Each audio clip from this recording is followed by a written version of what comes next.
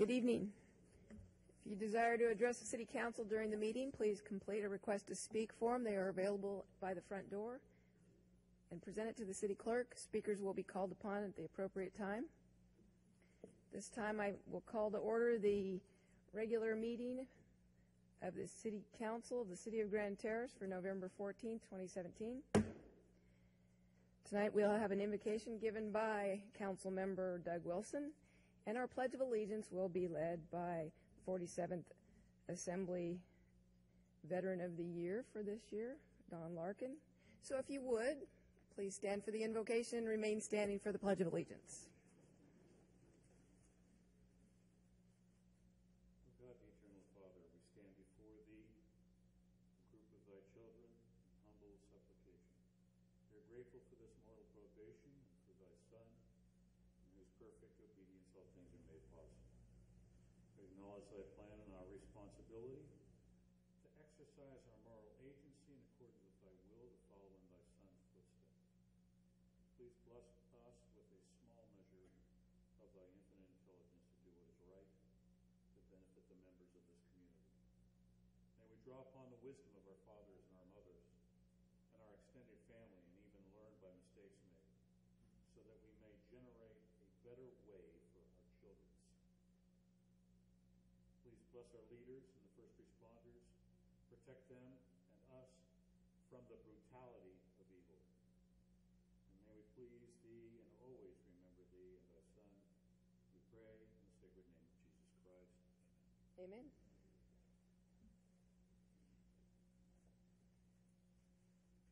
Take the flag. Pledge allegiance to the flag of the United States of America and to the republic for which it stands, one nation under God, indivisible, with liberty and justice for all.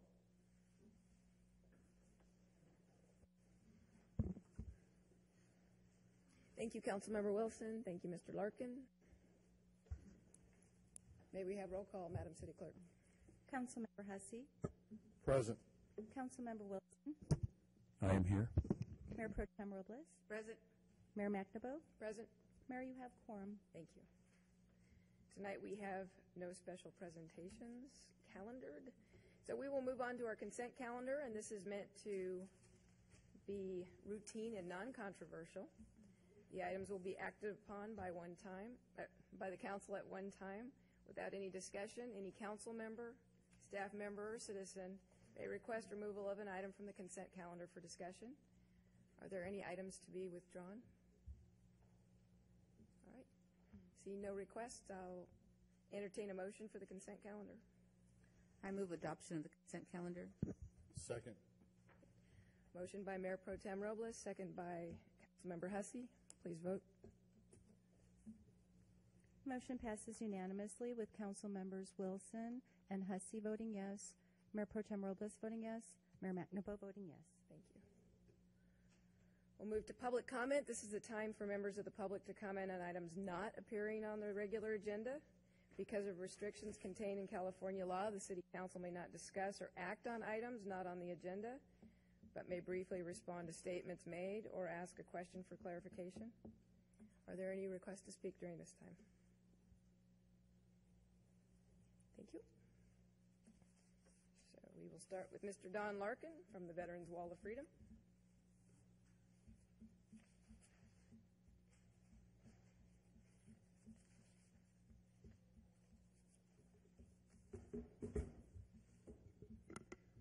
Don Larkin, Veterans Wall of Freedom, Foundation of Grand Terrace, Mayor, City Council members.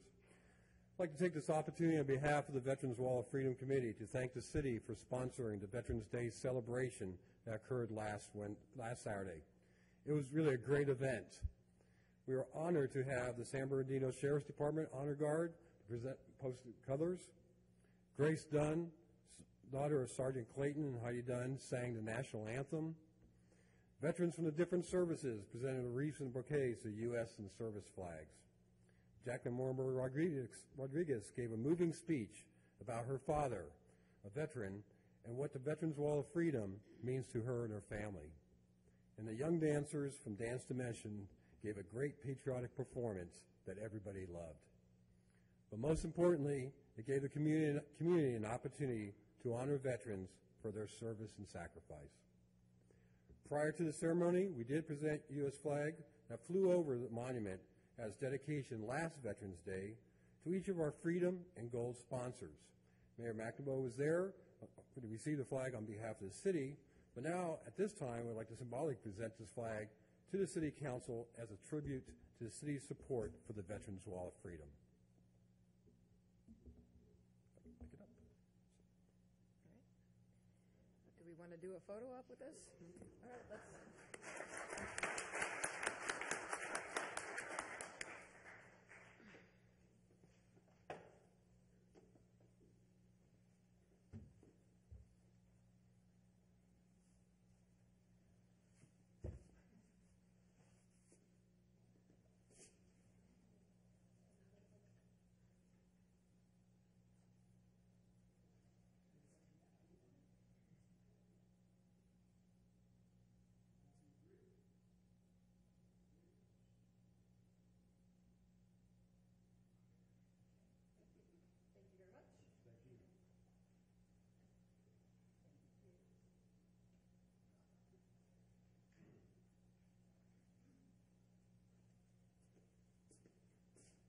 And then once again, we'd like to thank the city for sponsoring this event and for its continued support of the Veterans Wall of Freedom.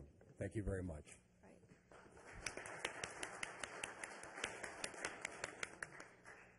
Thank you, Mr. Larkin. I appreciate you making the time to come tonight and present that to everybody. That was very nice. Our next speaker is Darlene Duran.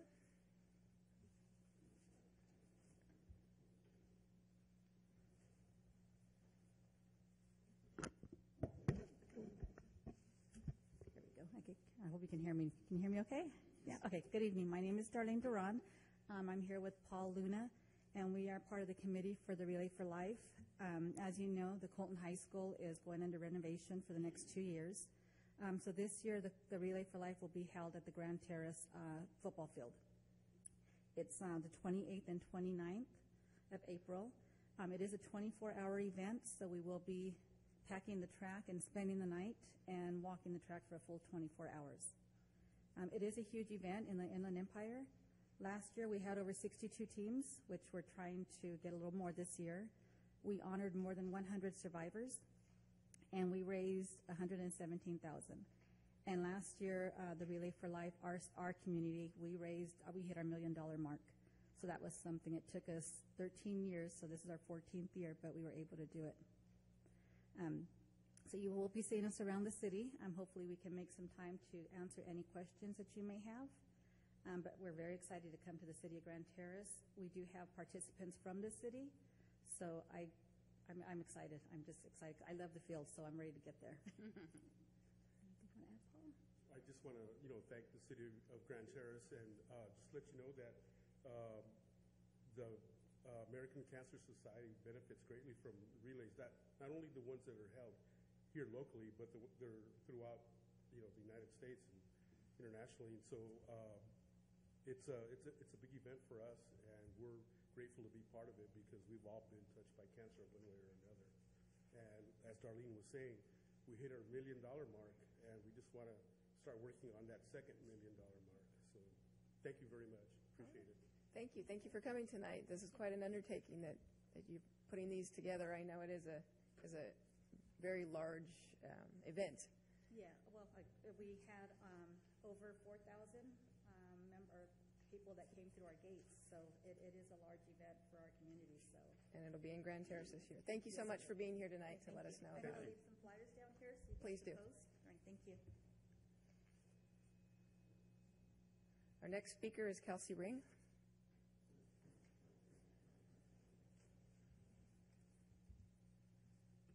Hi, I'm Kelsey Ring. I'm the communications manager for Insomniac Events, which is a division of Live Nation, and we program dance music events in the area, and we have the support from our local officials and authorities, venue executives, trained sound engineers, stage managers, and community members. So I'm here to speak about the event we just had October 27th and 28th, which was Escape Psycho Circus. What happened during Escape was very unique. We have not experienced the amount of calls and emails from residents during a single show in my 3 years working here. In fact, our average amount usually on a small show is 3 to 5, and on our bigger shows, it's about 10 to 15. So we accumulated nearly 10 times the typical amount of complaints logged during this event. So we understand the importance, I do, of being here and letting you all know what happened and what we're doing to mitigate these issues and work on them, and I hope we can work together. So one of the big issues was the weather that weekend. The temperatures were in the high 90s, and even at night they were in the 80s and 70s, so we were fighting a battle against physics, really. To put it simply, the sound waves were literally bending in the direction of Grand Terrace due to the frequencies that were in temperature inversion layers and altitudinal direction. So it was kind of a hard battle to fight with how hot it was and how loud the sound was refracting into your area.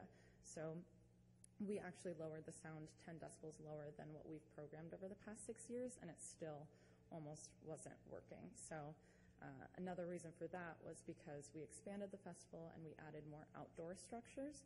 So now that we understand where those stages were placed and how they were programmed, we've discussed that, and we are going to restructure that for future events. So next steps, we have 2 more events at the NOS Event Center this year, one in November and one in December. So we are reducing the amount of stages, specifically the outdoor structures. We're positioning the tents at angles that do not face toward Grand Terrace head on. The temperatures will be lower, so we'll be working with sound that doesn't travel as fast and as far because the temperatures cut the sound, which is great. Obviously, that doesn't play for summer events, so that's not all we're going to do. So we'll have our sound engineers there monitoring 24/7, ready to visit neighborhoods at a moment's notice. I send them personally every single address, location, phone number, and they go out there with their monitors to see what the levels are at. So we plan to maintain 10 decibels lower than what we have produced over the past 6 years. And we are considering a new audio production company so we can search for the best team possible to provide a nice experience for everyone in the community and our fans. So, while I can't give you back the sleepless nights that you might have endured during Escape, we want you to know that we're committed to improving and bettering our strategies for the rest of the year. And I'd love to have another meeting in January with the community to see how November and December goes. But I'll be on top of it. I'll be available. We'll be working with our local officials again. And I just wanted to let you all know that we're here, so we're listening. Thank you, Ms. Ring. I appreciate you being here tonight, and we do have your contact information, so we'll have city staff contact you and work to monitor that. That'd be great. Thank you so much. Thank you. Is there anybody else who'd like to speak during this time? All right, seeing no takers, we'll bring it to council for their communications. We'll start with Council Member Bill Hussey. Thank you, Mayor. Thank you, Presidents, for coming out tonight. A couple quick things. I want to attend the Veterans Day at the Veterans Wall of Freedom, and it's a really great event. I'd like to thank all the volunteers in the committee who put that together. Also, special like to thank from my extended family in the Seversons for getting Erwin Severson's plaque up there, U.S. Army vet, World War II. He recently passed away, and you guys were able to get it up there so the family could see it while they're in town. So they greatly appreciate that for all the hard work you do on it. And being a vet, I really appreciate the community coming out and all the volunteers, like I said, and it really makes it special. Most of us vets, I put it before, if our nation called us, we'll put our uniform back on. Some might need different size uniforms, but we'll put it back on and, fight for this country always. Remember when you're 17 years old and I'm a Marine Corps vet, so when you get yelled at by a guy with a smoky on and you have to get off that bus really fast, it's amazing how fast you get off that bus and get on that footprints and then shave your head, and then you're wondering, when's this going to be over with? And, after 35 years of career, you wonder where the time went. But as a veteran, I'd like to thank the city of Grand Terrace for putting on that, and the Veterans Committee for putting on that great event. I look forward to it every Veterans Day and Memorial Day. And on that note, a couple other things. I'd like to thank Mr. Duffy. I had one of the residents called me and had a legal dumping of a desk out the road, and the city went and picked it up on the day we had the fair for oh my goodness, I can't think of the name of the fair we just had. Arts and Crafts Community Country Fair. Country Fair. I'm sorry, but they were able to take care of it, and I did attend that. And that was a great event too, and the chili was great, and everything was great. Great turnout for there, and really look forward to that again every year. You know, time flies really fast, and next thing you know, it's going to be here again. So, thank you, volunteers, for putting that together in the historical community and stuff. And my wife won some gifts, so she was really happy. And then, so I like to thank city staff. But the thing is, on the illegal dumping, you know, I know we have some areas in Grand Terrace, and unfortunately, you know, where these people keep doing it. And I know we put in efforts to, you know, confiscate vehicles, and I know we went to that legal route. But my concern is one area that keeps getting illegal dumping. If we can, if it's all right to the council, you know, see what it takes to put cameras and light up that area, you know, because lighting is the biggest thing. I would like for the city to do a survey or do a study to see what it costs for lighting areas. So if you could put that, if the council agrees on that. And the street sweeping, I was walking in Stater Brothers and I got hit by a resident, wanted to know the rules and everything about street sweeping because, of course, he had got 2 tickets. It's posted on our city website, and we have the map. But thank Mr. Duffy. There's one thing for the signs, and I know that a lot of our signs need to be replaced. I think, you know, as a city, we need to go around and doing a survey, see which signs need to be replaced that are weathered over the storms and throughout the years. But adequate notice of such parking permits shall be given by signs erected on entrance to each area, setting forth the days and hours prohibited. So I don't know, Mr. Duffy later on explained it, so that the signs have to be on each entrance of the street, correct? The area. Okay. All right, so I don't know if we could put that on our, go on our website to enforce it and to let people know where exactly the signs are supposed to be at. And one other thing, I know the council last year, speaking of street sweeping, if it's all right with the council, if we could do the same thing this year around the holidays, since we have visitors and guests from out of town, if we could not write tickets or enforce the parking regulations on the street, especially Thanksgiving's on the Thursday. I don't think the street sweeper is running. But also when Christmas is coming, because we have guests and everybody coming out of town, just to show good faith from our city. And if the council agrees on that, if we bring that up. And I also attended the Light Up Grand Terrace meeting, and it was really a great meeting, and the people who run that do an outstanding job, and I know they're going 24/7 to work up to make sure that events. It's one of our great events that we have in Grand Terrace, and it keeps growing and growing. But I didn't know, and I would like to recommend, if it's all right for the council, to either make them a subcommittee or a committee for Light Up Grand Terrace, or GT Light Up Grand Terrace. And that's it. That's all I have. I just, once again, thank you for the county fair volunteers and the Veterans Freedom Wall volunteers for making 2 great days in Grand Terrace, and I look forward to them every year. Thank you. Thank you, Councilmember Hussey. Councilmember Wilson. Thank you, Mayor. I'd first like to also thank the Historical Society for the Country Fair. They put it on every year, and it is not easy to do these things. My wife and I put together a dinner for 150 people here recently, and the calisthenics you go through for organizing any kind of a event are just enormous. And yet, you know, I know it's the Historical Society's drive for the love of the people to make sure that we have events that we can look back on and treasure, being a member of this community. I also attended the Veterans Day celebration with the rest of the council members, and took plenty of photos. There's some great dancing that went on there. I just kept clicking. I wasn't sure if I was hitting them right or not.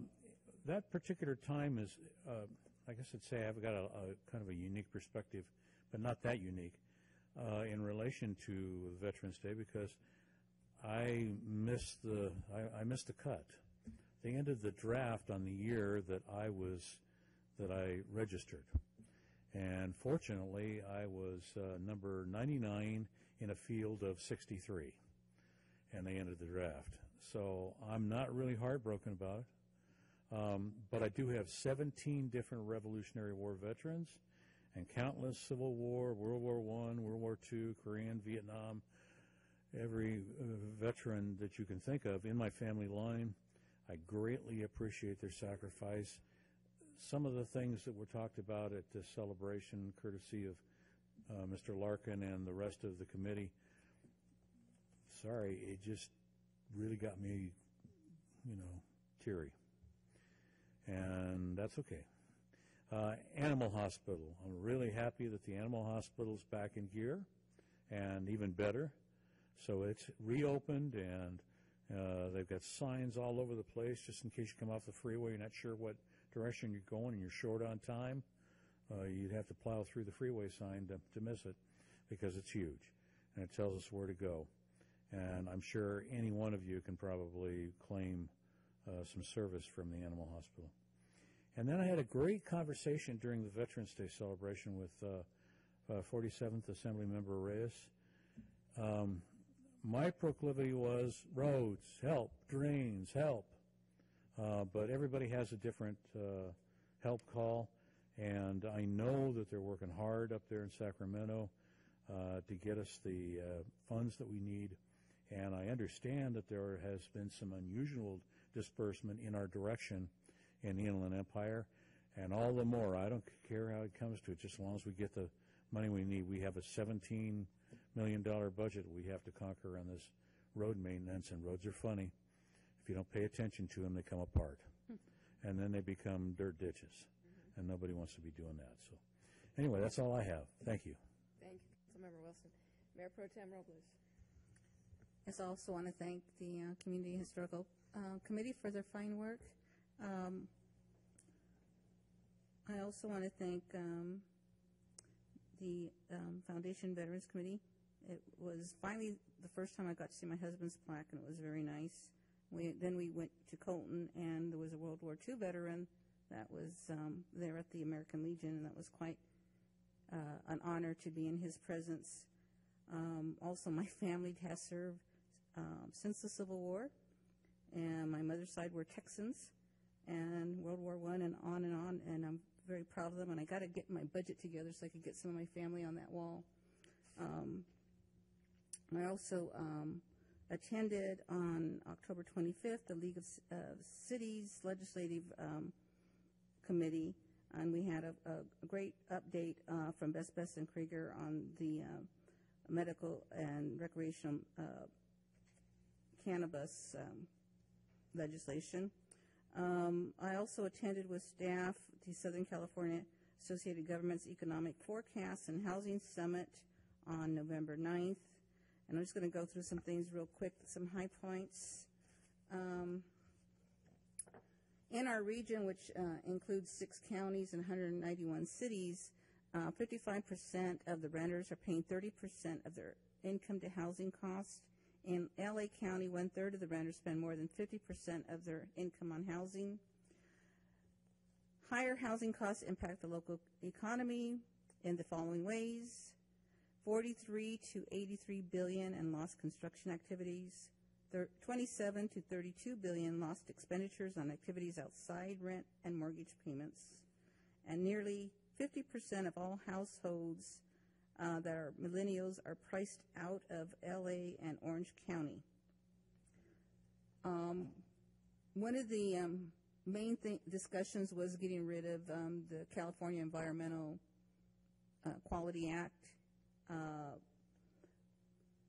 Former Governor and U.S. Senator Pete Wilson was there and said that he actually helped sponsor legislation. It was supposed to be for public projects.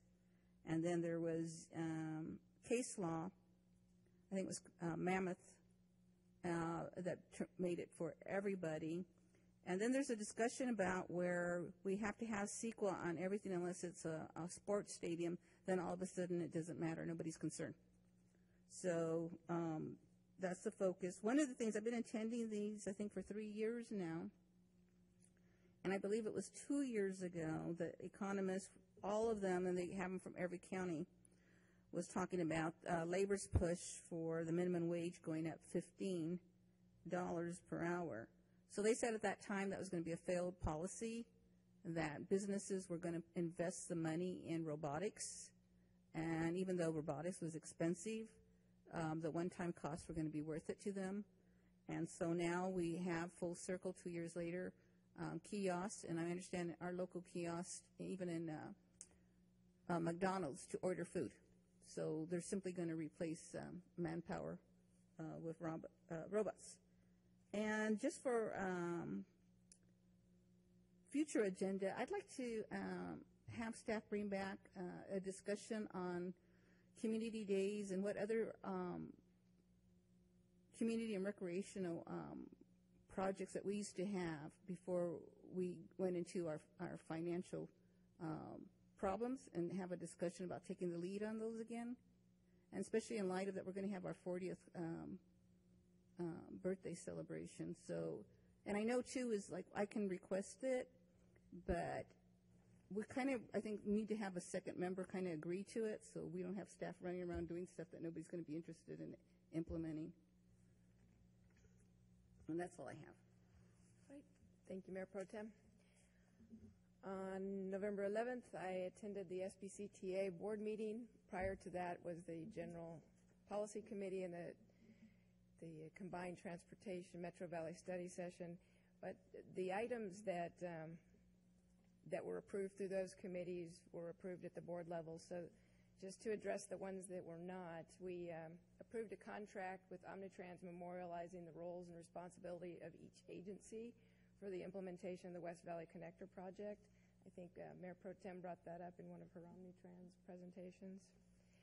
We also adopted a resolution authorizing allocation of local transportation funds and state transit assistance funds for fiscal year 2017-18. We authorized staff to submit a modification request to the California Office of Emergency Services for fiscal year 2012-2013. We received a report from an organization called Grid Alternatives Inland Empire.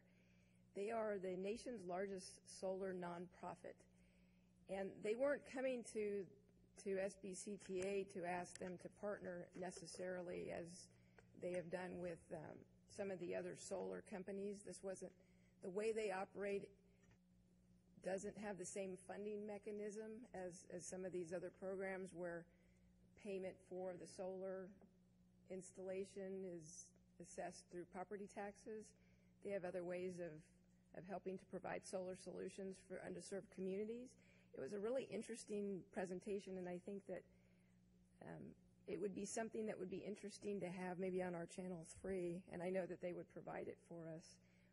But also, I'd like to get them to send something to all the council members so that they have an opportunity to see that as well. We also had a report from a county office that talked about the best practices for local governments to address drug misuse and abuse, which goes into not only cannabis but opioid addiction within San Bernardino County. And that is also something that I think would be good for us to recommend that they send information to all the council members. On project delivery, we awarded landscape construction contract for Interstate 215, segments 1 and 3 landscaping replacement project to Griffith Company. We authorized the executive director to execute a memorandum of understanding with the City of Ontario for the administration of grant funding for their Transformative Climate Communities program, which is something that it's something interesting that it seems like other cities are able to take advantage of with their ability to have mass transit within their city. We also awarded a construction contract to Downing Construction for construction of early utilities relocation for water and sewer utilities in the cities of San Bernardino and Loma Linda in support of the Redlands passenger rail. A little bit closer to home, our local oversight board approved the successor agency's last and final recognized obligation payment schedule for July 1st, 2018 through June 30th, 2034. And they also approved the 2011 bond proceeds expenditure agreement in the amount of $2,026,585. So we should be able to move forward with some of the projects that we were envisioning for those bond proceeds. The next SBCDA General Policy and Metro Valley Study Sessions report I will give next month with the actual SBCTA board report, just to save a little bit of time for our agenda tonight. And I wanted to finish by also thanking the committees that put together the Veterans Day event on Veterans Day and the Historical and Cultural Committee for their country fair. They always do a very nice job. I love to see the different organizations come together. There were some local entrepreneurs that were able to share their wares. And of course, the food contests are always fun, especially when they have the children's cookies. So I will end there, except that I will say to everybody, I hope that you have a happy and healthy Thanksgiving. And we will move on to item 8 of our agenda, which is an appointment confirmation of Parks and Recreation Advisory Committee. Mr. City Manager. Good evening, Mayor. For the record, G. Harold Duffy, City Manager. We're here tonight to confirm the appointment of the City Council appointees to the Park and Recreation Advisory Committee. On July 25th, 2017, the City Council approved the formation of a new Park and Recreation Advisory Committee. The Council created bylaws and the Park and Recreation Advisory Committee. That called for each council member to appoint a person to the committee and for council to approve the appointment by minute order, and that's what we're doing tonight. So each council member was asked to appoint a member to the Parks Committee. Mayor Darcy McNamara appointed Ken Henderson. Mr. Henderson is here with us tonight. Mayor Pro Tem Sylvia Robles appointed Karen Suarez. Ms. Suarez is also here tonight. Councilmember William Hussey appointed Julia Furcus. And Julia is here, okay. And Councilmember Doug Wilson appointed Jeffrey McConnell. And so all of the members are here. The members shall meet once each month, and action taken are consistent with approval by the bylaws. And so Mayor and Council are your appointees to the new Park and Recreation Advisory Committee. All right. Shall we have them stand so we can Sure, give absolutely. them a round of applause for stepping forward to be part of this committee?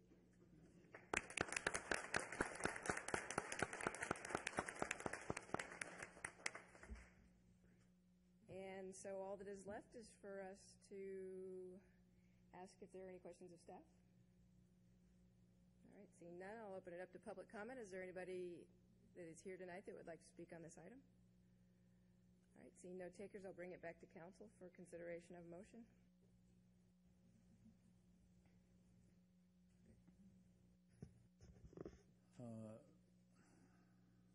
Mayor McNamara, I will vote to confirm the appointment of the City Council appointees to the Park and Recreation Advisory Committee. All right, we have a motion by Councilmember Wilson I'll second it. and a second by Mayor Pro Tem Robles. Please vote. Motion passes unanimously with Council Members Wilson and Hussey voting yes, Mayor Pro Tem Robles voting yes, and Mayor McNamara voting yes. All right, thank you. Thank you very much. We look forward to the wonderful things that come out of your committee. We'll move on to item 9, which is amendment to CalPERS health contract for City Hall employees. May we have a staff report, please?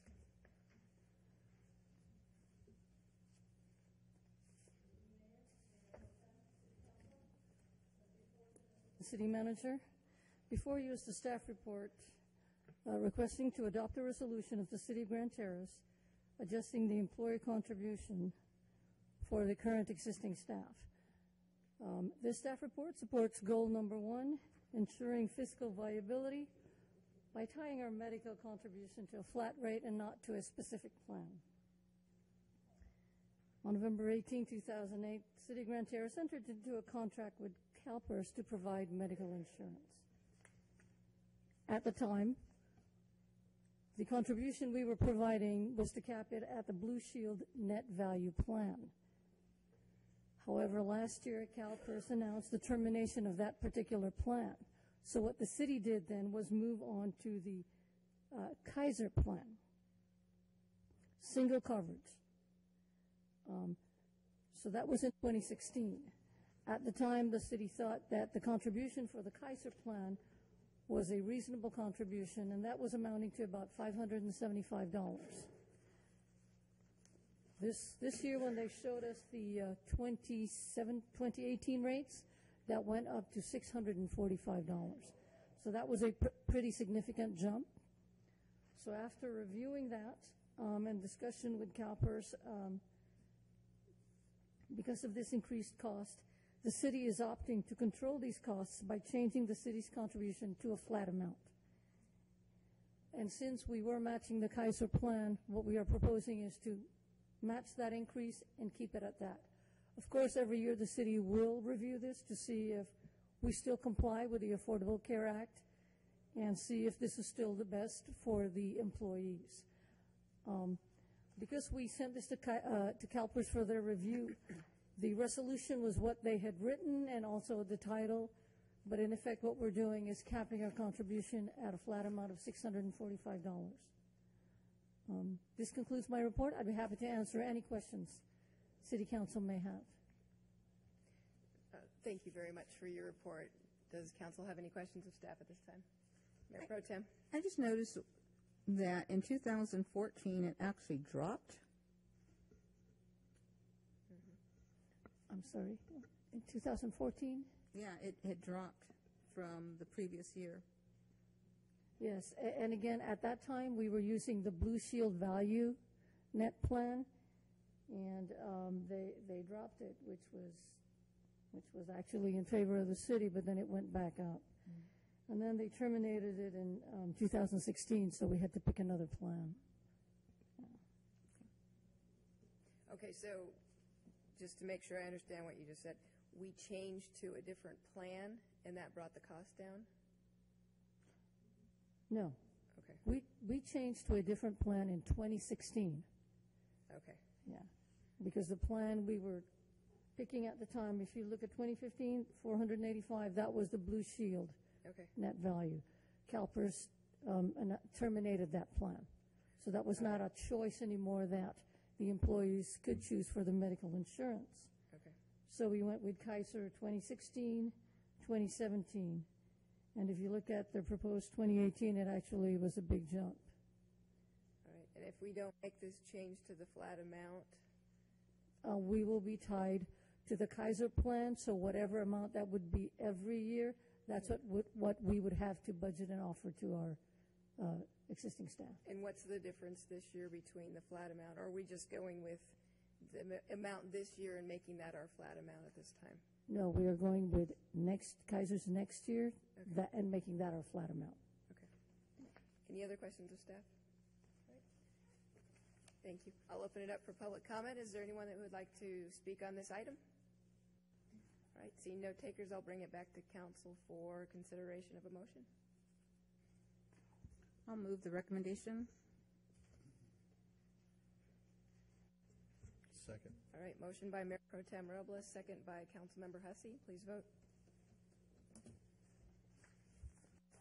Motion passes unanimously with Council Members Wilson and Hussey voting yes, Mayor Pro Tem Robles voting yes, and Mayor McNaboe voting yes. Okay, thank you. We'll move on to item 10, which is Capital Improvement Program for fiscal years 2017-18 through 21-22. Okay, we have a staff report. Mr. Alan French.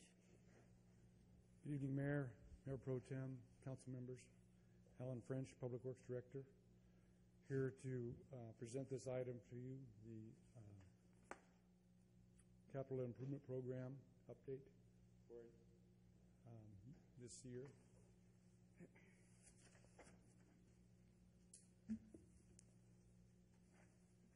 Sorry about that.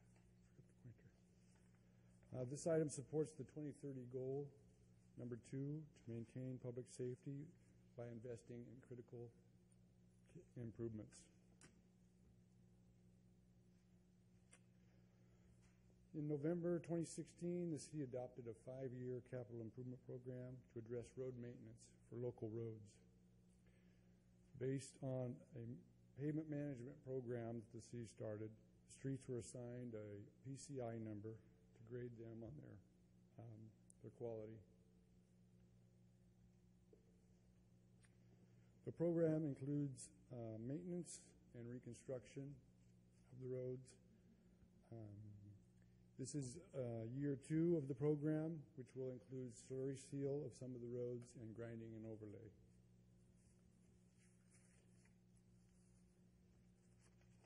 The slurry seal portion will include 24 streets and has an estimated cost of $99,000 at this point.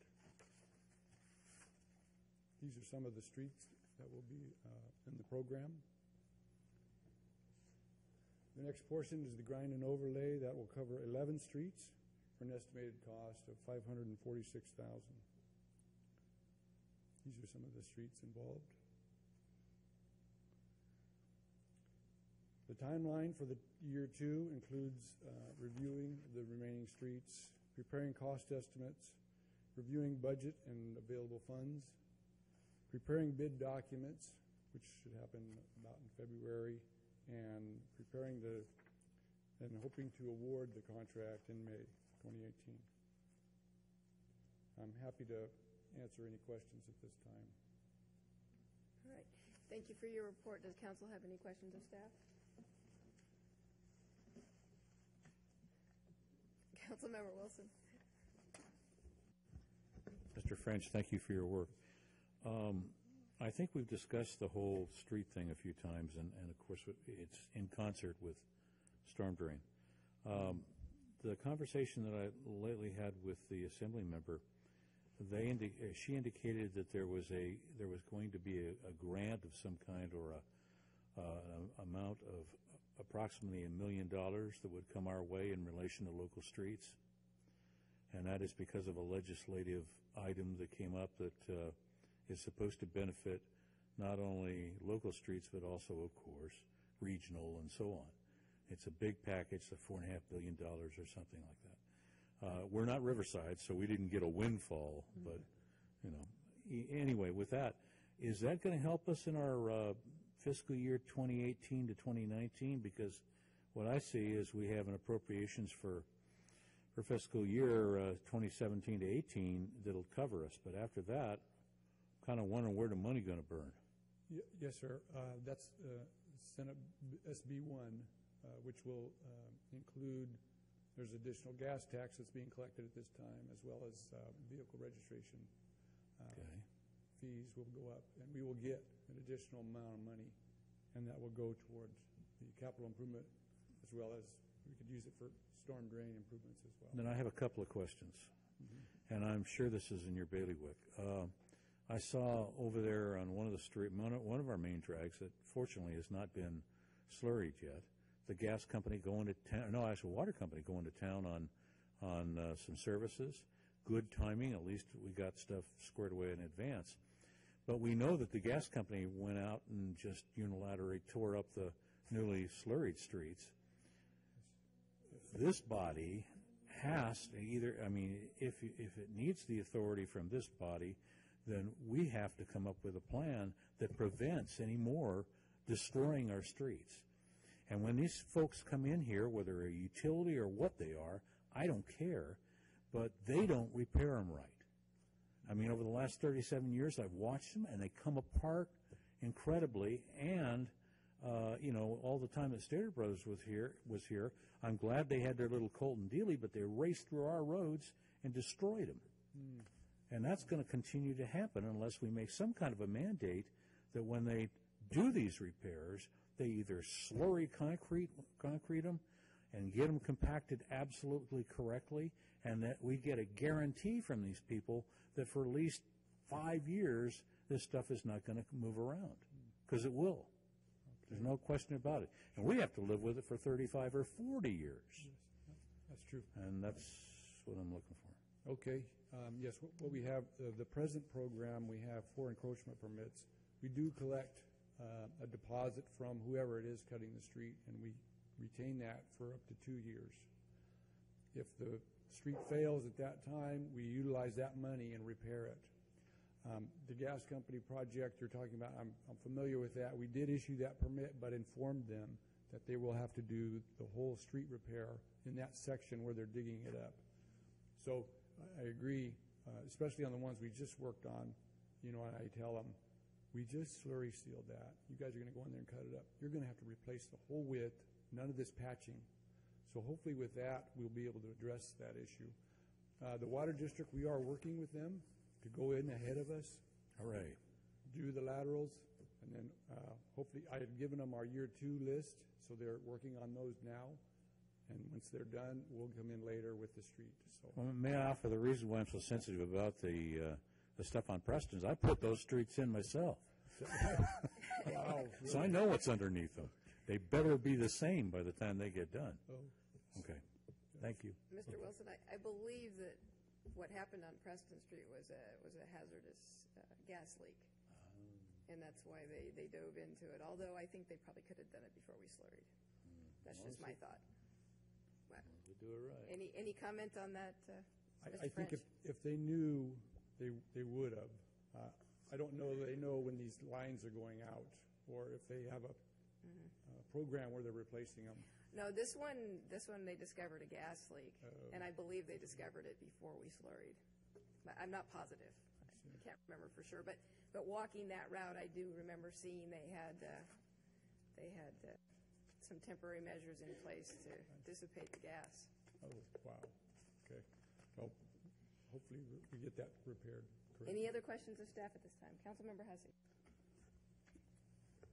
Yeah, I agree with Mr. Wilson. That is, you know, you keep on doing patchwork. It's like doing drywall. Keep patching the drywall. Eventually, you need to change the drywall to get the integrity of it. But my question is on, so if we award the contract in May 2018, so hopefully we'll be starting the work in the summer, because I just want to make sure it's be like last year, because we don't want the school traffic coming around and, you know, everybody driving up and down the roads and making inconvenience. Yes, sir. We're trying to do it at with the temperature, you know, it has to be a little warmer. So we're trying to get it just but before summer starts. And we try to plan it without school traffic. And can we make sure that there's no cars parked on that street, so when they slurry around, they don't have to come back? I see what you're saying. Yes, we do typically sign at least 24 ahead. Maybe if you think we could go an extra day before and let the residents know. But they just sign the street that they're doing the next day. It's typically what they do. I know we talked about towing the vehicles, but then the legal ramification of that, I mean, 'cause my main concern is like if we had to come back and, you know, cost more on the taxpayers and the residents, which isn't fair for us when we can use the money on other things. Sure.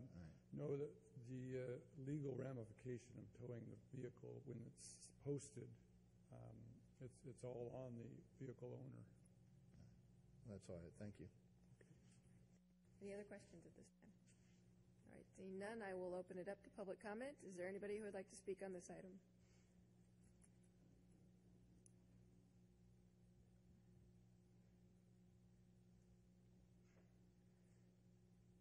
I'm Bob Henry, 22614 Merriam Way. I noticed when you were going through the thing that the rest of Merriam Way is going to be slurried next year. Is there a way of reevaluating the lower end? Because a lot of it needs to be ground out, and the slurry isn't going to do anything, and it's not on your ground list. Okay, we can't have a dialogue go on during this Okay. time. I apologize, and I know that's really difficult to deal with, but it is a public comment, and so if you could address us, and then we will make sure that Mr. French follows up with you, and you can have a discussion with him, if that would be all right. All right, I'm concerned that the lower end of Merriam Way is pretty rough and needs to be reground, but it's not on your reground list. Okay. And it's something that can be reevaluated, maybe get parts of it reground before they do slurry it. Is that better? Thank you very much, Mr. Henry. I appreciate that. And if we could make sure we get your contact information for Mr. French to follow up, but I will also redirect at the end of this. But there are portions that are really bad down there and need to be ground. Yeah, I'm familiar with that street. It is a pretty rough street. Thank you so much. Is there anybody else who'd like to speak during this time? All right, seeing no takers, I'll bring it back to council. And Mr. French, if you would like to respond to that, is there an opportunity to reevaluate some of these based on input from residents? Yes, Madam Mayor. Actually, what it is, as part of the project, we have areas, and it's in packet page 214, where it has the list of streets and the costs. The box at the lower part of the page has the different items for the project, and one of them is AC dig out. And what they do is they'll go through the street and say, just like you're saying, these areas are too bad, and they'll mark them, and those will be full depth replacements. Then they'll come in and slurry over all that once it's repaired. So that will be addressed with the project. All right, thank you for your remarks. I appreciate that. Okay. All right, I will entertain a motion on this item. I'll move the recommendation.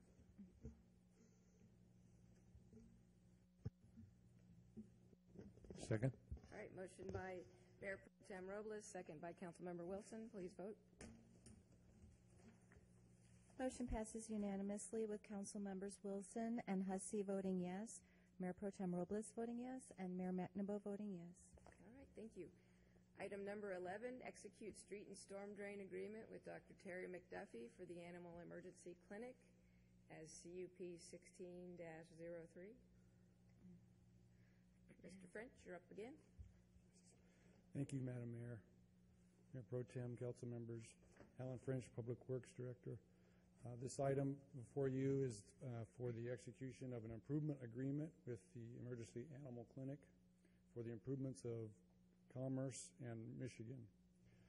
This item supports the 2030 goal, number 2, of maintaining public safety by investing in improvements, and goal number 4, to develop successful partnerships.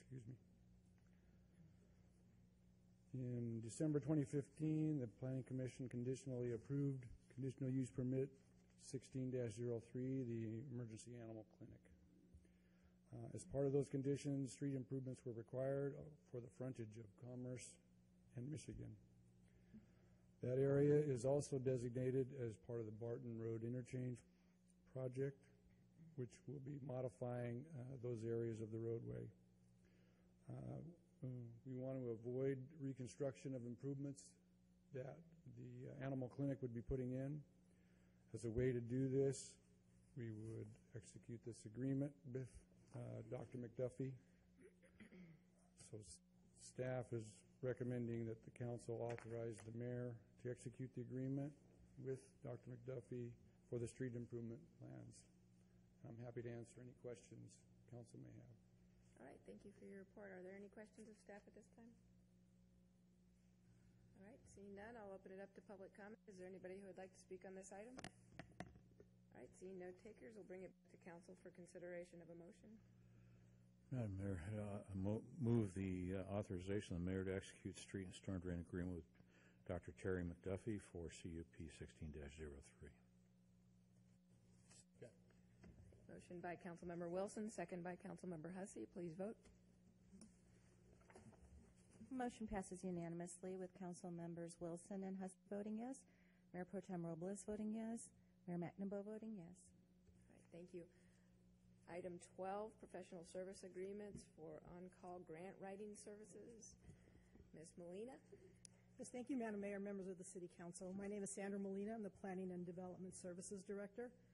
So this item, as indicated by the mayor, is an item for on-call grant writing services.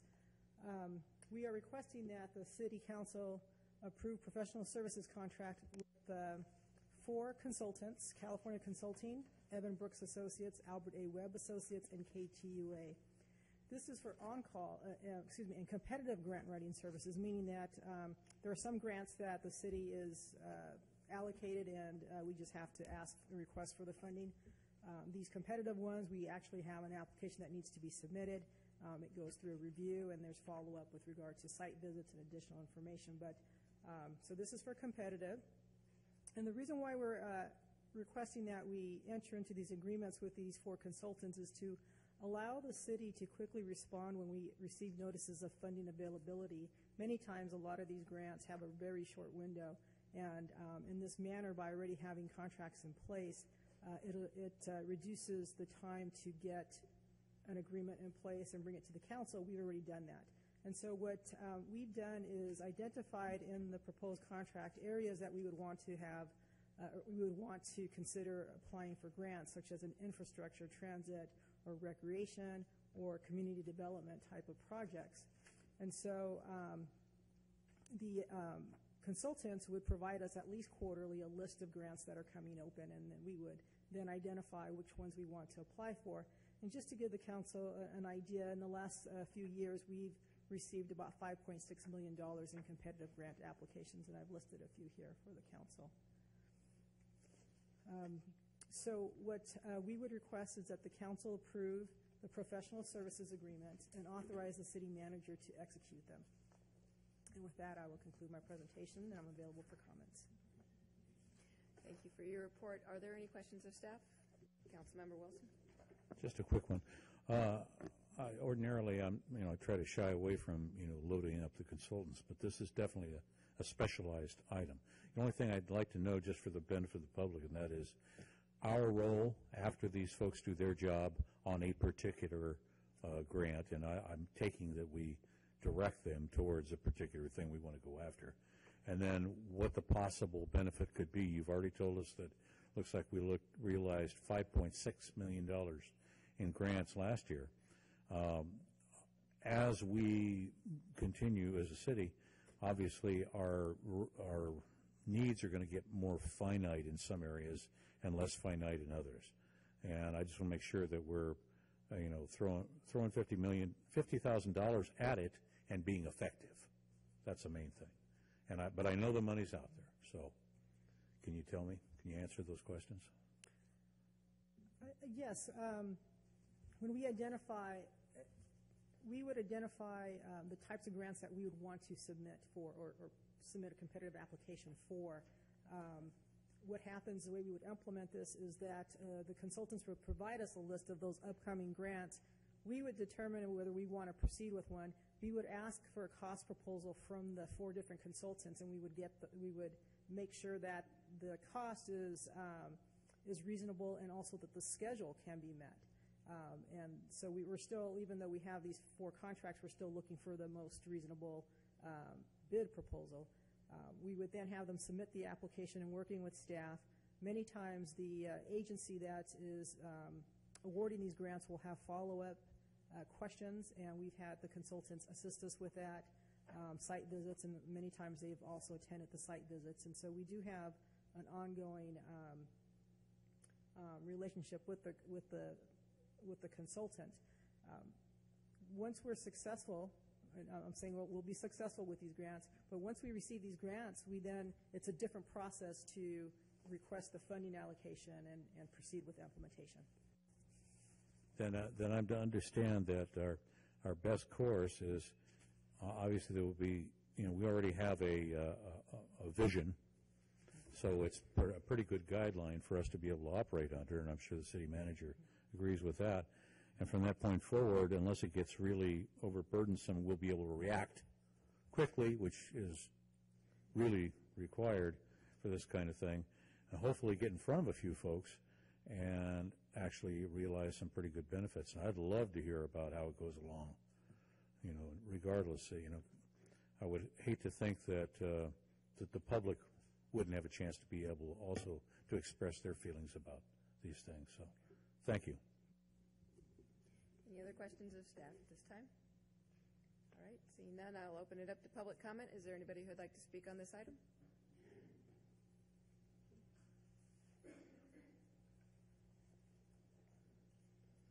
Good evening, Mayor and staff. Johan Gallo, 22808 DeSoto Street, Grand Terrace. I think it's important to look at these different consulting firms on grants. I've had a lot of conversations with Lieutenant Wolf and with Mr. McConnell with reference to putting up, in essence, an electronic cyber fence for the city. And I think as we work with these consulting firms to look at funds for cameras and other means to protect the city. So I hope you consider that. Thank you. All right, thank you, Mr. Gallo. Is there anybody else who'd like to speak during this time? All right, seeing no takers, I'll bring it back to council for consideration of a motion. I move the recommendation approve professional services agreements between the City of Grand Terrace and California Consulting LLC, Evan Brooks Associates, Albert A. Webb Associates, and KTUA respectively, and authorize the city manager to execute the agreement.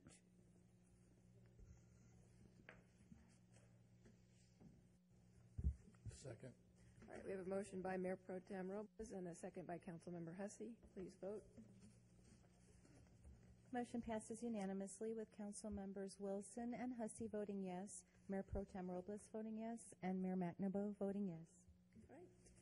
Item 13, award contractor agreement for installation services for poured-in-place rubber playground safety surface at Richard Rollins Park at No Fault Sports Group, LLC. Mr. French. Thank you, Madam Mayor, Mayor Pro Tem, council members, Alan French, Public Works Director. This item before you is for approval of a contract for installation of a poured-in-place surface at the two playgrounds over in Rollins Park. This item supports goal number 2 of maintaining public safety by investing in improvements. During August 2017 council meetings, the city manager presented possible funding projects for redevelopment bond proceeds for the city council's review. In that list of projects, the Rollins poured-in-place park resurfacing was included for $99,000, which is what our estimate was at the time. We've since put together bid packages, and the project was advertised in October with the scope including removal of existing wood chips, importing stone base, and furnishing and installing the poured-in-place surface. The area of the two surfaces, well, this is one of the areas, but the two playgrounds, this one here is 4,860 square feet, and the other area is 3,360 square feet.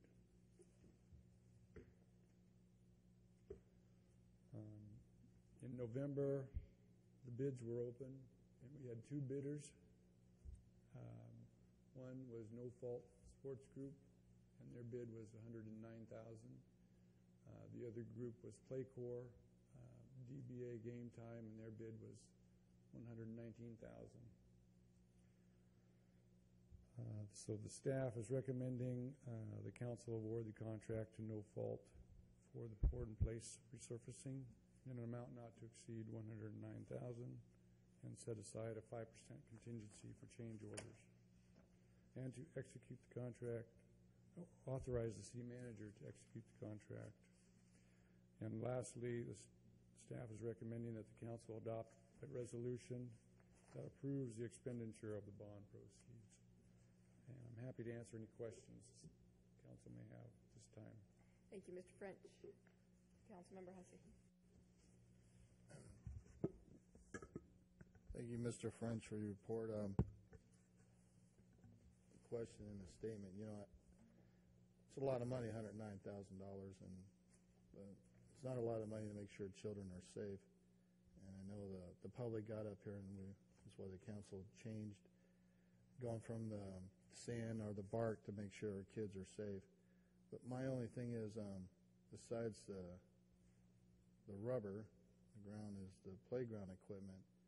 I know some of it's pretty beat up, but if we replace the rubber and then eventually we have to replace the playground equipment, my only concern is if we're going to have to tear up that rubber to replace the playground equipment. That's one of my main things. I don't want to go back and pay for something that, I mean, have we looked into other areas? If, you know, as far as the playground, can it just be replace different areas, or, you know, I just don't want to waste any money. Sure, understand, Councilman.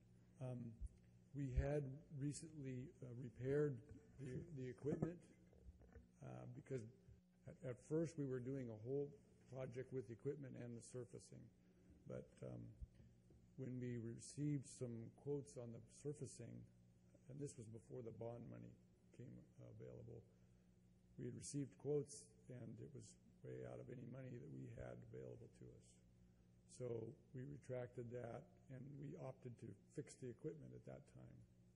And then now this bond money's becoming available, and the equipment, it is aged, but again, we did repairs to it, and it was able to be repaired at that time, and that's why we just opted to, at this point, go with just the surfacing.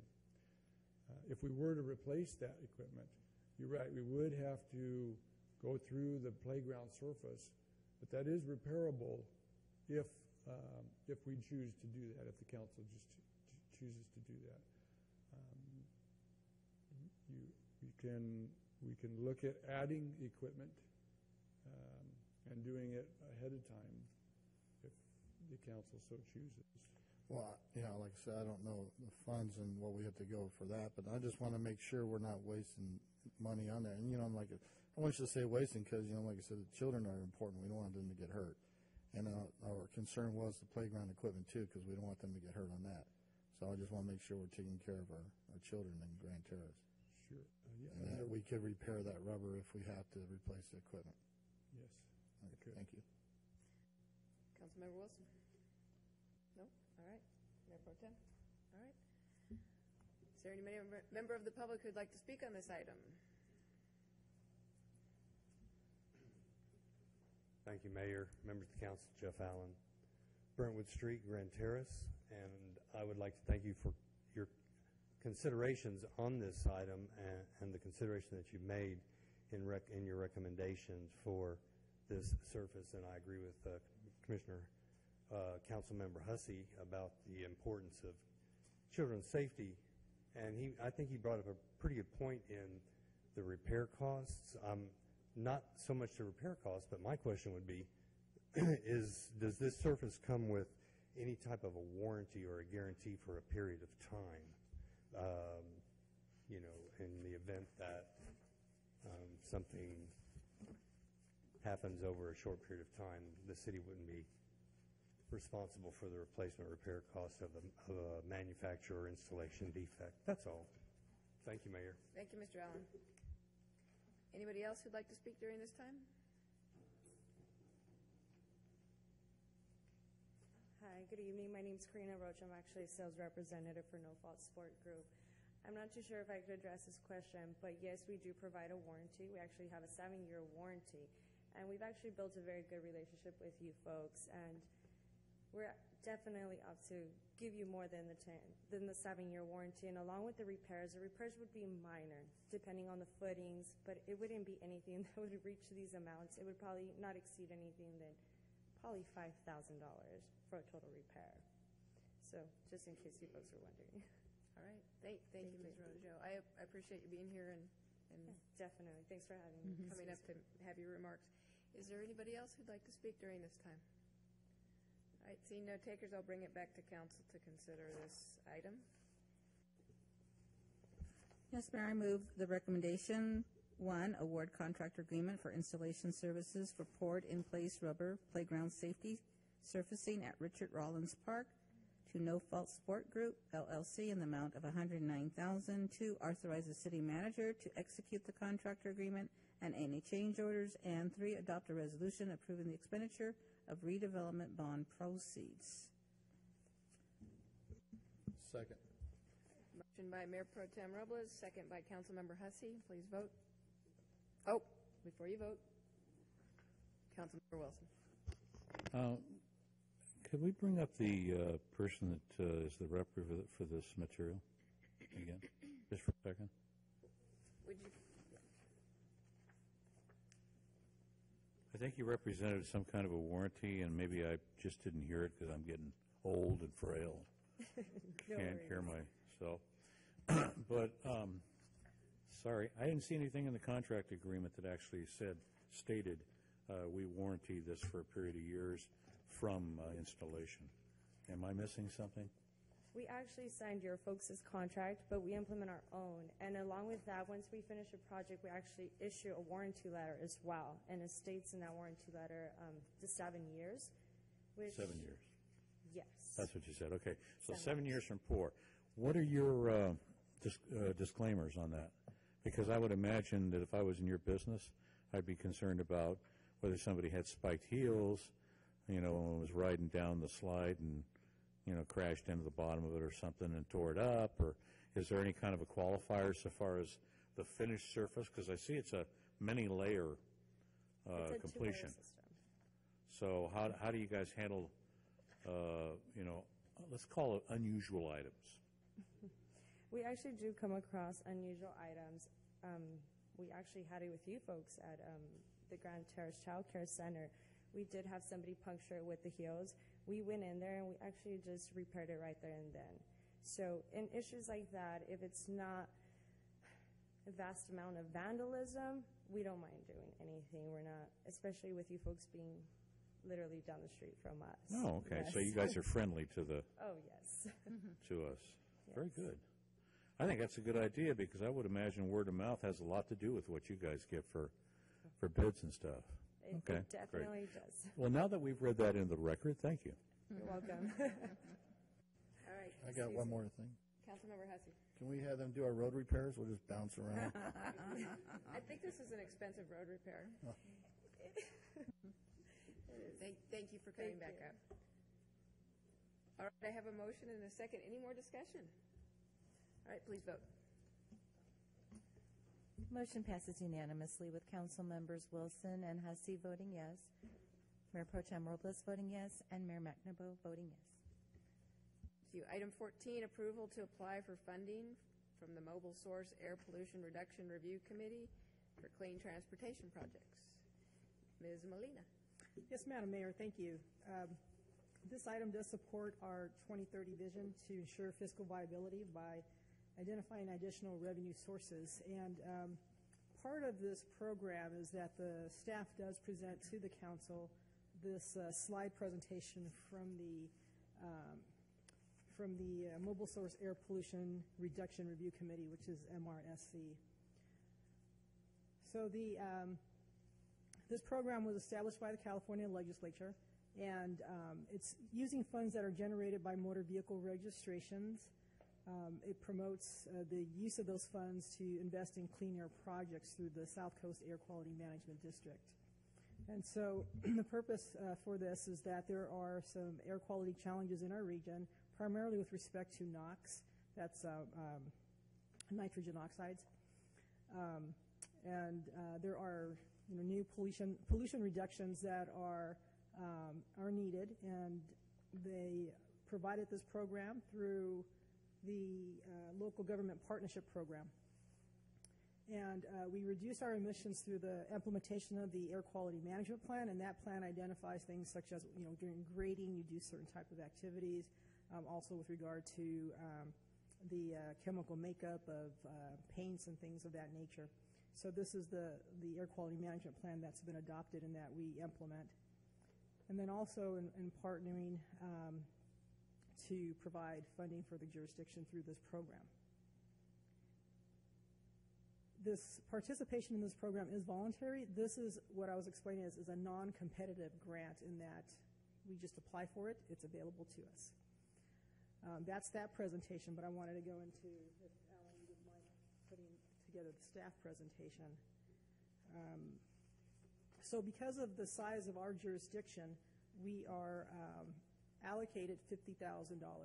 And we would propose to use those $50,000 to work on two projects. One is to replace our inoperable electric vehicle charging stations. We have one here at City Hall, and we would want to replace that one with a new station that is functional. There's also two at a commercial center at the former Stater Brothers, which we would work with that property owner to also replace those. We also want to replace our maintenance crew cab that is used to implement our work release program. And so that one transports our program participants. The total funding is $96,250.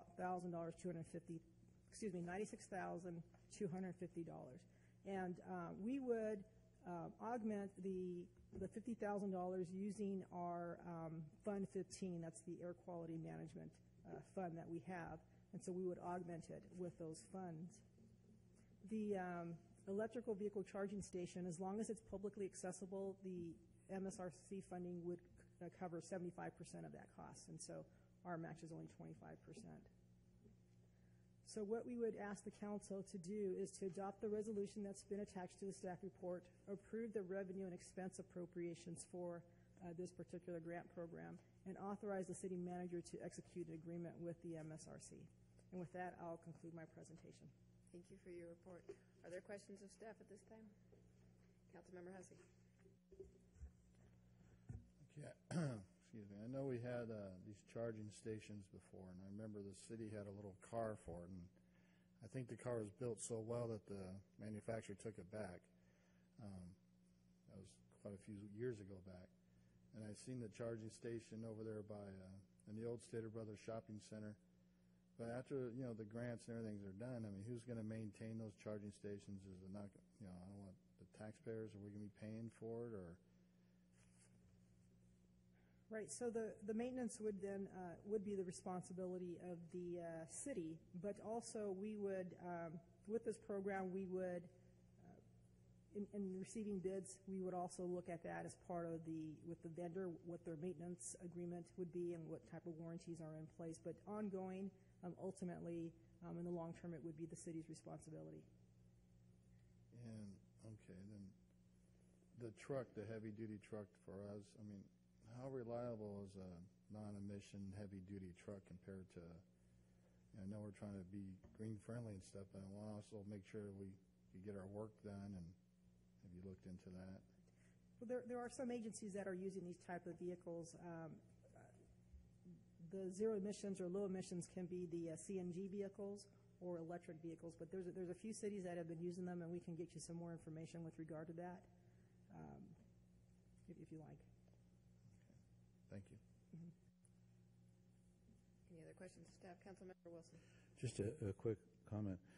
I know over the last, say, 15 or 20 years, there's been a move in some of the work that we're going to be doing with the paving requires any new paving, when you have to, say, lay a layer of paving over paving, when they crush all that material and they remove it, when they grind it to begin with, they have to have a place to put it. And sometimes they use it for base, sometimes they use it for another layer, a sub-base for that particular one. There are a lot of ingredients in relation to, I guess you call AQMD specifications. In the desert, they're really pretty aware of it. Not so much erosion control, more with AQMD. It's been my experience that there's more contamination that actually happens with the light and loose way that disturbance takes place. And so what I'm concerned about, I think it's a nice idea to do a little bit of vehicle replacement. We obviously need it in some places. But have we looked at how we can use a little bit of the money, if it's possible, if it's within the rules, to try to monitor some of the areas that we have either public or private disturbance closer, so that, for example, if you're riding down a road, let's call it Barton Road, and people are going too fast on that road, and they're making more smog because they push the gas a little hard to go through there, and they're running 55 miles an hour instead of 40, or even the speed limit that says 45. There's a possibility that we could maybe put a couple of bucks into the enforcement rather than blow the whole mess on some electric stuff that is still in development. Councilmember Wilson, we can look into that, but in looking at the guidelines of the program, they did identify the type of projects we would be able to, that would be eligible. And it is zero emission, low emission vehicles, the electric vehicle charging stations, Also, if we wanted to use the fund for traffic signal synchronization, those would be eligible type of projects. But we can ask the question, but I'm not sure that that would meet the guidelines. Okay, well, I don't want to go outside the limits, that's for sure. But I think your idea about the traffic signal synchronization, you probably have a lot of mothers that take their kids to school that would love that idea. Because we've been talking about it since we had some other people in the seat in the public works stuff. And I don't know if it ever really took place. I haven't seen anybody over there retooling the light stuff. So, okay, thank you. I have a couple questions. Have we considered cost recovery for the charging stations? I know that SBCTA just put in a number of charging stations, and they calculated cost recovery and had a mechanism for people to pay to charge. Is that something that we're considering doing? Yes, that's one of the discussions we just started to have, and that's something that as we implement the program we want to look at too, as far as just recovering our basic costs. Okay. And then further, are we looking at installation of charging stations in some of the other shopping centers?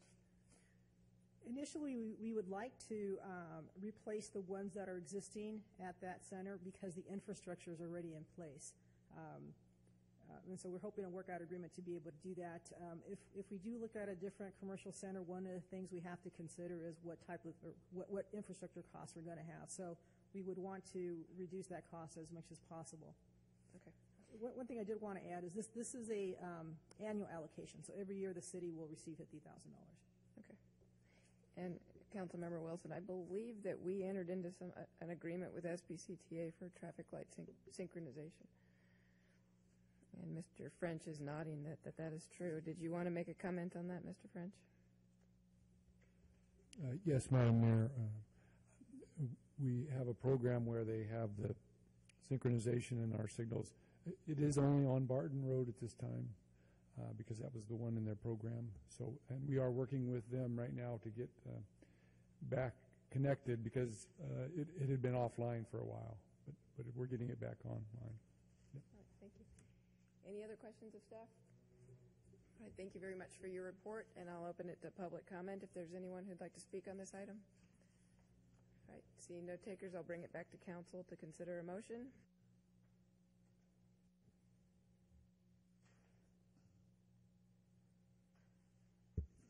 I'll move the recommendation, adopt a resolution of the City Council of the City of Grand Terrace, State of California, adopting the MSRC Local Government Partnership Program requirements for 50,000 MSRC matching funds. 2, approve a revenue and expense appropriation of $96,250, of which $46,250 from the city's Air Quality Improvement Fund. Fund number 15 is the MSRC match requirement. 3, authorize city manager to execute an agreement with MSRC. Second.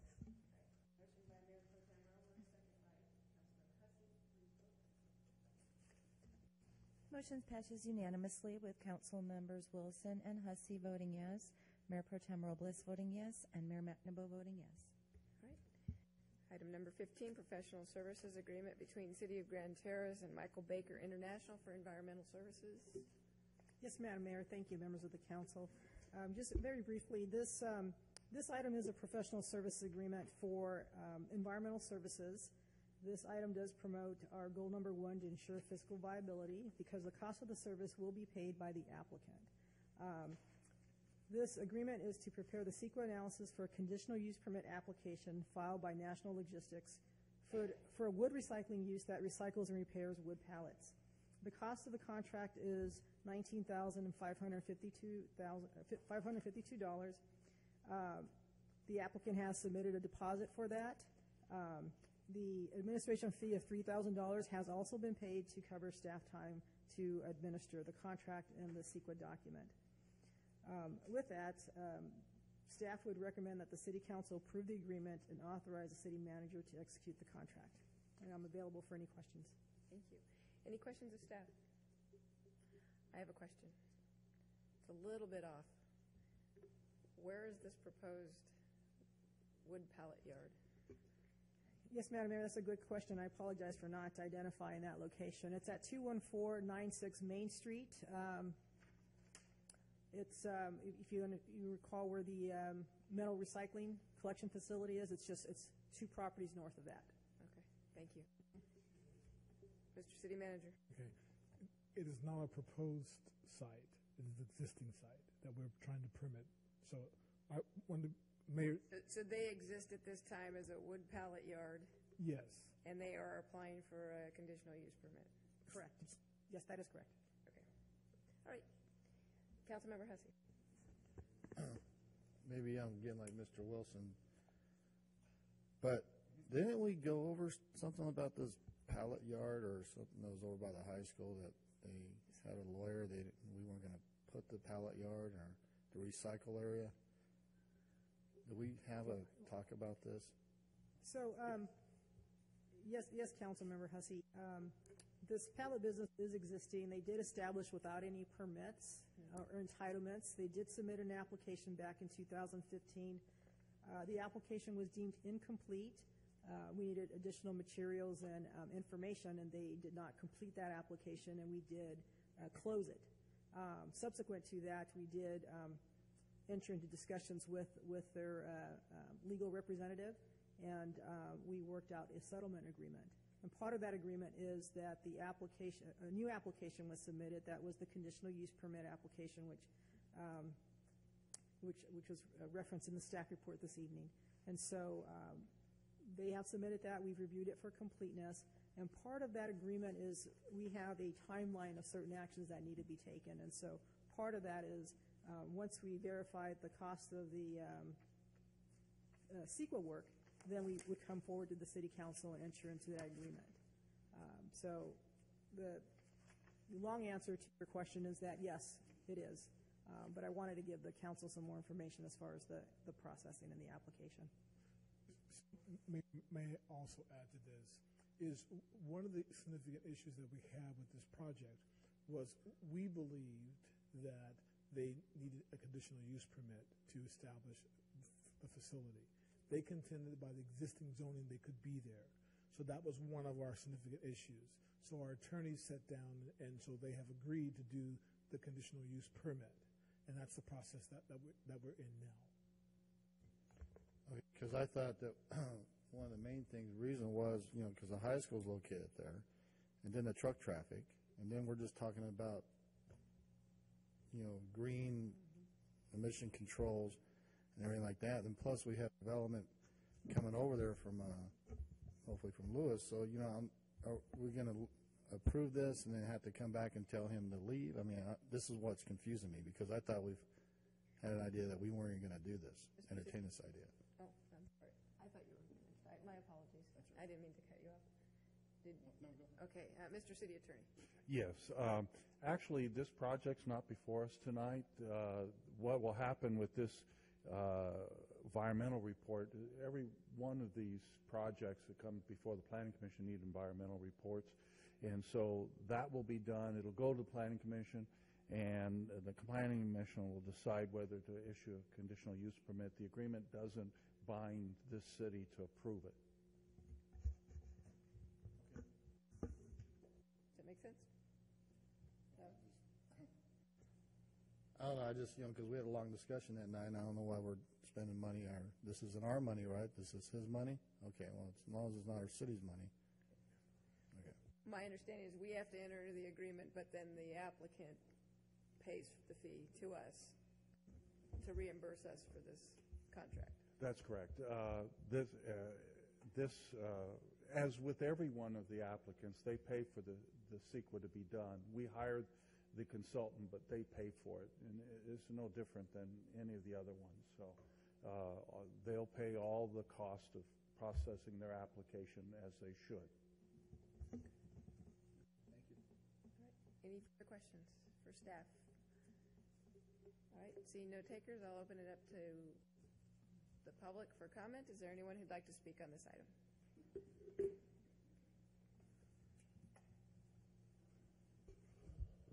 For the record, Jeffrey McConnell, 21758 Walnut Avenue. Yeah, I know this is coming up in the future, just in case I miss a planning commission meeting. I wanted to raise up two main issues with pallet yards. One is for fire, of course, and the other one is rats. Mr. McConnell? Thank you. I appreciate your comments, but I don't know that they will be transferred to the planning commission. I understand that. Okay, thank you very much. Is there anyone else who'd like to speak on this item? All right, seeing no takers, I'll bring it back to council to consider a motion on this item.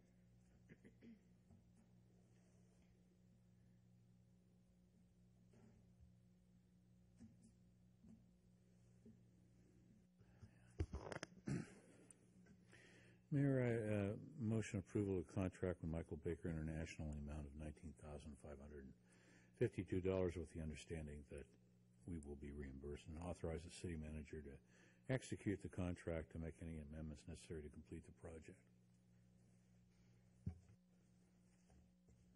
Second. We have a motion by Councilmember Wilson and a second by Councilmember Hussey. Please vote.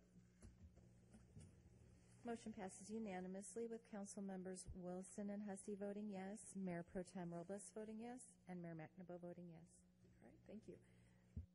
Item number 16, report on the increase of state-required business license certified access specialist program fee. Ms. Cynthia Fortune. Mayor Pro Tem, City Council. As the mayor mentioned, this report is on the increase of the state-required business license certified access specialist program fee. The staff report supports goal number 1, ensuring our fiscal viability as we monitor revenue receipts and expenditure disbursements.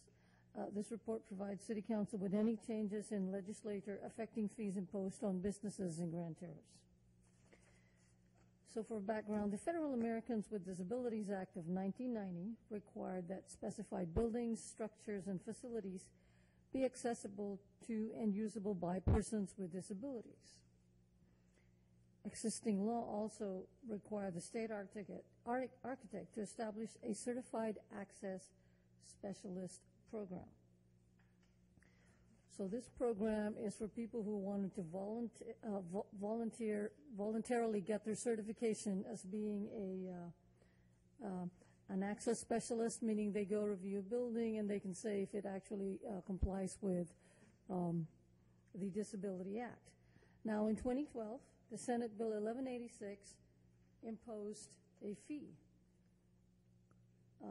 They wanted to charge $1 for every local business license or equivalent for the purposes of sending 30% of these fees to the state architect, to use these fees for increasing disability access, developing educational resources, and 70% of this fee was to be retained by the local agency. So it was $1 for every business license in the city, and of that we were going to retain 70 cents. So the last 4 years, as shown on packet page 496, we've actually amassed $1,800. And what are we allowed to do with those funds again? We can use it to support any ADA programs that we have in the city. So on October 11, they actually came up with a new assembly bill. Governor Brown signed it. They're raising that $1 to $4, and of that $4 now we can actually retain 90% instead of 70%. So now for 1 year, we can actually, our projection is going to be for each year we're going to collect $2,400. This is going to be effective January 1st, and it actually has a sunset date of a few years, and it will revert back to that dollar. But again, as mentioned, the fees that we will be collecting can be used for any programs to support ADA. Again, as mentioned in the report, Muni Services, the city's business license provider, has created the renewal forms, and what we did was highlight the verbiage on the form, so this way when all our businesses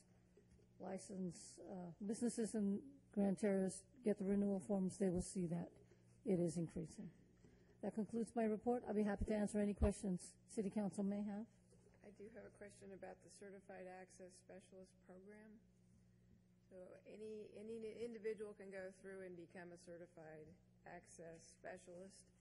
Does that mean that they're going around to our businesses and submitting to the state deficiencies that our businesses might have? No, no. This is for them to get certified by the state. It's the state that determines what they are going to be used for. Okay, I'm not sure I'm explaining that correctly. The state determines these specialists go and do businesses. And no, it's they have to inform the entity when they're coming to do inspections on ADA compliance. Yeah. Right. I know we had some businesses that were the subject of lawsuits having to do with ADA, and it wasn't part of the state program. I just wondered if that was something the state was going to start doing. All right. I can find out, Mayor. Any questions of staff? All right. Seeing no questions, is there anybody in the public who would like to speak on this item? All right. Thank you very much. This is a receive and file, so we will move to the next item. Item 17, City Council direction on the 2018-19 Community Development Block Grant Program year. Ms. Sandra Molina. Yes, thank you, Madam Mayor, members of the City Council. Each year, as the Council may recall, the County of San Bernardino will open up applications for the upcoming Community Development Block Grant Program, CDBG. We participate in that program, and every year when the county is open for applications, the county will receive applications from nonprofit organizations providing public services. For example, our senior nutrition program that's the Family Services Association operates that program. That's offset partially by CDBG funds. So that's an example of a public service project. But in every year when the county will send us a list of eligible projects, we have a public hearing and the council will make funding recommendations with the allocation that we receive for that program year. And we've been receiving pretty much right around $46,000. So it's not a whole lot of money, but it does partially fund a few programs every year. We did get a notice by the county that their application period is open. And in the past, we've also had some members of the council indicate that perhaps the city applications, or we should balance out the submittal city applications and maybe try to fund projects that are more oriented towards youth. So what we wanted to do this year is, knowing that the application cycle is open, we wanted to speak to the council about what the city has applied for and what we would like to apply for in the future. And so the CDBG program can be used to provide improvements that remove restrictions or barriers to mobility, or projects that are oriented towards seniors, or some community services for low and moderate income persons or households. So last year, the City Council funded the library at $10,000, the senior nutrition program by FSA, enhanced code enforcement, and a new program was for a senior center coordinator, which we applied for last year. That was funded at $25,000. The enhanced code enforcement program, which is also a city program, over the years we've been reducing the amount of our funding request. And last year, with our $46,000 allocation, the council put that money towards our new senior center coordinator project, the nutrition program, and the library, and about $1,000 was left over for the code enforcement program. And so we augmented that using unprogrammed funds. Right now we have about $35,000 in unprogrammed funds. The county indicates that that funding can only be used for capital improvement projects, meaning we have to actually construct something, and so such as ADA improvements or sidewalks. And so what we're asking the council is that we would like to submit an application to continue the senior center position program. And if the council agrees, that's what we would like to do. At the time that we wrote the report, we were suggesting that we could apply for an application to use our unprogrammed funds to construct a sidewalk from the senior villas to the dog park, since there's a gap that doesn't have a sidewalk. We felt that was a good mobility project. The county is not certain that that would qualify because it's not directly adjacent to each other from the senior center and the dog park. And so what we would like to do is we still want to pursue potential capital improvement. We've looked at maybe offsetting the cost of the disabled parking lot at the dog park. We could also fund handicap ramps at the corners, or we can look at a sidewalk project somewhere in the CDBG target area. So we do want to still look at an eligible project, and if staff feels that we have one that is viable, then we would want to apply for that using those unprogrammed funds. And that's provided that we can put together the project in time to meet the December 8th timeline. That's the when the applications are due. So with that, I'd like to ask the council to review our report, direct us to submit the application for the senior center coordinator application, and also to investigate a capital improvement project that we can use those funds for. And with that, I will close my presentation and respond to any questions. All right, thank you. Councilmember Hussey. How is the coordinator working right now? I would actually defer that to either Mr. Duffy, our city manager, or Cynthia Fortune, our assistant city manager. They've been working with FSA on that program. So, Councilman Hussey, we are actually having, I believe, phenomenal success with the coordinator, as the coordinator is able to really alleviate some of the stress that the seniors have had in trying to manage and run the senior center.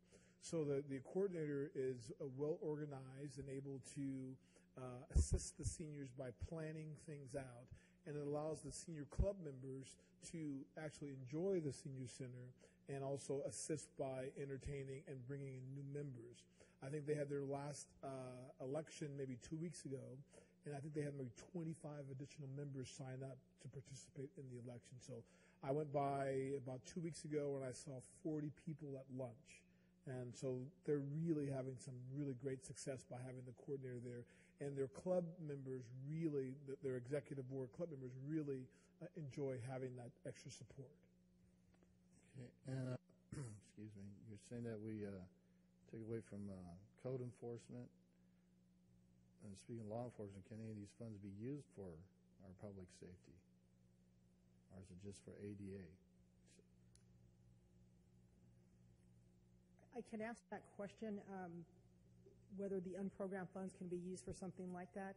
I know they indicated we can use it for enhanced code enforcement, but I can ask that question. Is there a particular program that you would want us to look at? One of the things, can it be used for license plate reader cameras? I see. And to go back to the senior thing, I know you said something about a sidewalk going from the senior center to the dog park, which is a good idea. But one thing I noticed out there driving by the senior center, what I think we should do anyway, is some benches waiting out there on the street, because a lot of the seniors wait for rides from their family members, and I've seen them jumping up on a cage to sit there. I don't want somebody to get hurt. I mean, we could have a couple benches sitting outside the street for them. But I'd like to know if we could use any of these funds for the license plate readers.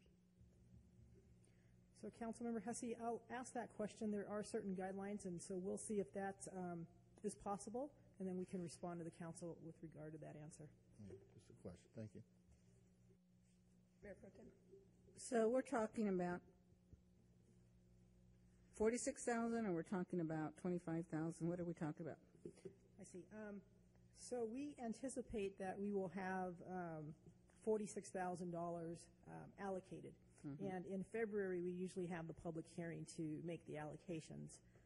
The Senior Center Coordinator program, we applied for use of $25,000 in CDBG funds, which the council did authorize.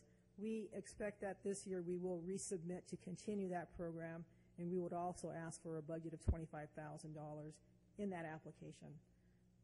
The council doesn't actually act on that until February. So you're wanting guidance on $21,000? Oh, we would like the council to direct us to, yes, submit for the senior center coordinator to continue that, and also to look at using the unprogrammed funds for capital improvement projects. So another way to answer that question is, Mayor Pro Tem, yes, we're asking for $25,000 for the senior center position. Historically, we've done $10,000 for the library, and then we've done $1,000 last year for the code enforcement officer, and then $1,000 for the FSA food program. 10,000. 10,000 for the FSA food program. So that's the total amount that we did last year. Unless the council has something different, we'd like to go back with that. And then we have the unprogrammed funds that we are trying to figure out how to do a capital program with it. So really, we're only talking about 35,000 unprogrammed funds. Okay, because I'm just going to, say that we've done quite a bit on the dog park. We did $285,000, and that's not including other things. My familiarity with the CDBG, I don't see how you can do. You're not in a target area from the senior center, are you? I don't. No, but improvements that benefit seniors is an eligible project. Okay. Well, I just being that we're ready to get in Park and Rec Commission. I don't know if we're going to have any more applicants like from the rec center coming, but I think we need to put some emphasis on the youth thing. We've bought a lot of cameras, and we have a lot of plans in the foreseeable future. Is there something in the playgrounds for children that at least that we can do a capital project? We can look at that too, and that's exactly what we're asking the council for. So we will go back and look at the guidelines and have conversations with the county to see what would be eligible in these areas. Okay. Councilmember Wilson. No comment. All right. Councilmember Hussey. Mayor Pro Tem's a good idea, for like the playground equipment. Have we ever thought about ADA guidelines for playground equipment for children with disabilities, like the swings and the slides, so these kids could also enjoy being out there? I mean, if that could be in the guidelines. Yes, I know I push safety and stuff, but I also want every kid to have opportunity to be out there and take care of the youth. Safely, though, right? Correct, safely. So we don't have to use cameras on them. But no, that was just because I had a parent mention that they do have special swings for challenged disabled kids, and it'd be something to be nice for the city to have for all the kids to enjoy it. That's all. Just a comment I wanted. Yeah, these are absolutely great ideas that you guys have thrown at us, and so we can certainly shop those around. But I just heard 4 great that we hadn't even thought of, so these are great, seriously. When I was speaking with Supervisor Ramos at the Veterans Day event, he was mentioning the surface that we have on the playground around there, and that they've used those types of surfaces to help physically disadvantaged children be able to play softball and other games like that. So I imagine there's quite a bit in the ADA for children that could be looked at. And my emphasis would be on ADA. Okay. And so if it intersects with youth as well, I'm happy to see that as well. Is there anything else on this item? All right. Is there any member of the public who'd like to speak? All right. Seeing no, I believe you have your direction. Yes, Madam Mayor, we do. Thank you. Okay.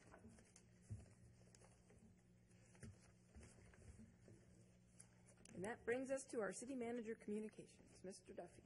Yes, Mayor.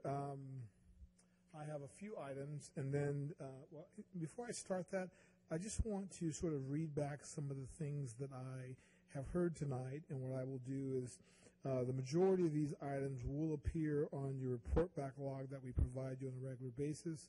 I heard Councilmember Hussey wanted us to examine the cost for lighting and cameras to help reduce illegal dumping out in the Vivienda and the Grand Terrace Road area. Also, we talked about bringing something back to the council that would ensure that we would recognize that during the holiday season, family members gather, and especially on Thanksgiving, the holidays, that we don't want to we want to maybe disband the street sweeping ticketing program during that time frame, and also look at the week of Christmas. The next item that I had was a committee or subcommittee for the Light Up Grand Terrace Committee. So we'll look at trying to find a way to look at our existing committees to try and examine the possibility of that. Also had Mayor Pro Tem discuss having to bring back some of those normal activities that we had that maybe the previous Park and Rec Committee used to have for community days and other activities, and look at the city kind of maybe taking the lead on some of those things because of our 40th, our fabulous 40th anniversary coming up. And the mayor talked about trying to reach out to get some material, the grid alternative, place that information on Channel 3, and also the drug alternative information and place it on Channel 3. And so those items will certainly all appear on the report backlog, and we'll keep you on the progress in terms before we bring any of those items back to the council. I did want to make a few. Just before we move on yes. that, Mayor Pro Tem. because we had a workshop and we haven't, because reading what some cities do, and we haven't decided for ourselves, and I want to make sure we don't start having some conflicts, because I think when we say something here, it's to bring it back on the agenda, not to implement, but we kind of really need to hammer down. Some cities do say one person on the council asks something to be on the agenda, it's on the agenda. Most cities say two or more have to agree, and then it's on the agenda. So we kind of have to hammer that down. And so what we can do is we can bring back a policy that would indicate for you guys, based on the recommendations, and I think the city attorney had indicated that if we bring back a policy, it would clearly identify exactly. Yeah, because I don't want to get where we're asking staff to do a lot of work, and there's not even going to be a second on something when it comes back. Okay, absolutely. Okay, all right. And my commercial show is going to happen now. So this is City Manager's update for 11/14/2017.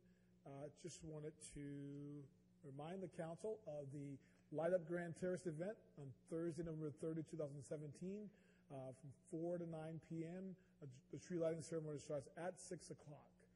It's going to be lots of fun activities, and there's also going to be a skating rink on site. It handles 20 skaters, per half hour. And the actual skating, I believe, starts earlier in the day. We'll be on hold for an hour around from 3 to 4, and then start up again. So we have several schools that are lined up to actually participate in that skating program. I move that we don't have council races. No council races. So this is a flyer that's going out to everyone as a part of our entertainment packet. And the skating rink looks very much like that. It's actually artificial ice, but you use regular real ice skates. But it's an artificial ice with a sugar-based background. So if you fall, you can maybe have a taste. No. Then also, too, starting next week, you'll start to see our street banners going up. We in addition to the foundation of Grand Terrace banners that we had these banners that weren't customized last year, and we're going to be adding these. So you'll see 26 of these items on light poles throughout the city. In addition to the intersections, last year was Barton and Mount Vernon had the little decorative lit ornaments, and we're going to be expanding that to 3 more intersections for this particular year. So by the 25th, we're going to be very festive here in Grand Terrace. And that concludes my report. All right, thank you. I'm happy to report we have no closed session tonight. I've been staring at the clock in front of me that now says 5 to 9, and I'm also happy to know that that didn't get set back, and so I was wondering why a little earlier in the meeting, it was already 8 o'clock, and then I realized we actually did not spend that much time. So, good to know. We will adjourn this meeting. The next special city council meeting will be held on Tuesday, November 28th, 2017, at 6 p.m. We will be doing interviews to fill the vacant seat here. Agenda item requests must be submitted in writing to the city clerk's office no later than 14 calendar days preceding the meeting. Again, happy Thanksgiving to everyone. We are adjourned. You're quite welcome.